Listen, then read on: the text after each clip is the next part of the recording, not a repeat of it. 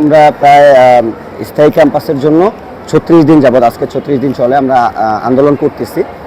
এর আন্দোলনটা মূল ছিল আমাদের জন্মলগ্ন থেকে, যেটা আমাদের 2011 সালে হচ্ছে বিআইএইচএস থেকে বিওএইচএস এ রূপান্তর করা হয়। যেহেতু হচ্ছে আমাদের এটা সরকার থেকে লিজ দেওয়া হয়েছিল জমিটা 1996 সালে, যে 5.57 একর একটা ডিগ্রিধারী প্রতিষ্ঠানের কে লিজ দেওয়া হয়েছিল, যে আপনারা এখানে একটা ডিগ্রিধারী প্রতিষ্ঠান প্রদানকারী প্রতিষ্ঠান আর কি প্রতিস্থাপন করবেন।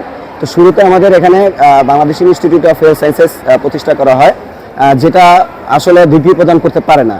তো এটার বেসিসে হচ্ছে 2011 সালে Bangladesh university of health science প্রতিষ্ঠা করা হয় এবং 2012 সাল থেকে ক্লাস শুরু হয়।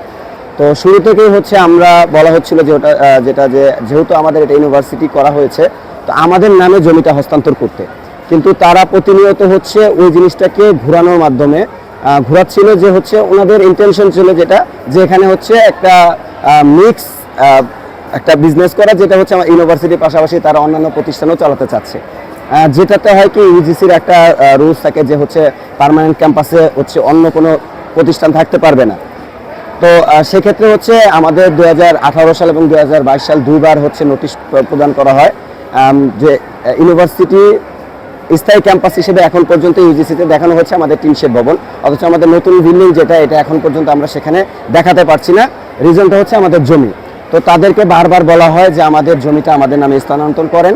তো ওনারা হচ্ছে নানাভাবে হচ্ছে অজুহাত দেখাতে থাকে, এবং যখন হচ্ছে গত 21 তারিখে হচ্ছে আমরা একটা নোটিশ পাই যে হচ্ছে আমাদের ব্ল্যাক লিস্টেড করে দেওয়া হবে ইউজিসি থেকে। তারপর থেকেই আমরা আন্দোলন শুরু করি, এবং সেই আন্দোলনে তখন হচ্ছে আমাদের যে বোর্ড অফ ট্রাস্টি এবং বাদাসের যে চেয়ারম্যান, উনি হচ্ছে আমাদেরকে আশ্বাস দেন যে না, আমাদের একটা লিখিত ডকুমেন্ট দেয় যে আমরা আপনাদের এটা লিখে দিচ্ছি। এখন পর্যন্ত আমাদের ক্লাস পরীক্ষা বর্জনীয় আছে। আজকে আমরা আমাদের দাবি, আজকে যেটা যে আমাদের 1 ঘন্টা সময় দিয়েছে, তারা আমরা সেই অনুযায়ী আছি।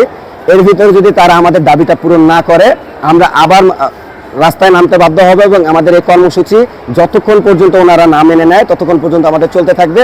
এবং আমরা পাশাপাশি হচ্ছে লিগ্যাল অ্যাকশনে যাব। আমরা হচ্ছে কোর্টের মাধ্যমে এটার একটা বন্দোবস্ত করার ট্রাই করব। আমরা ন্যায়ের পক্ষে আছি।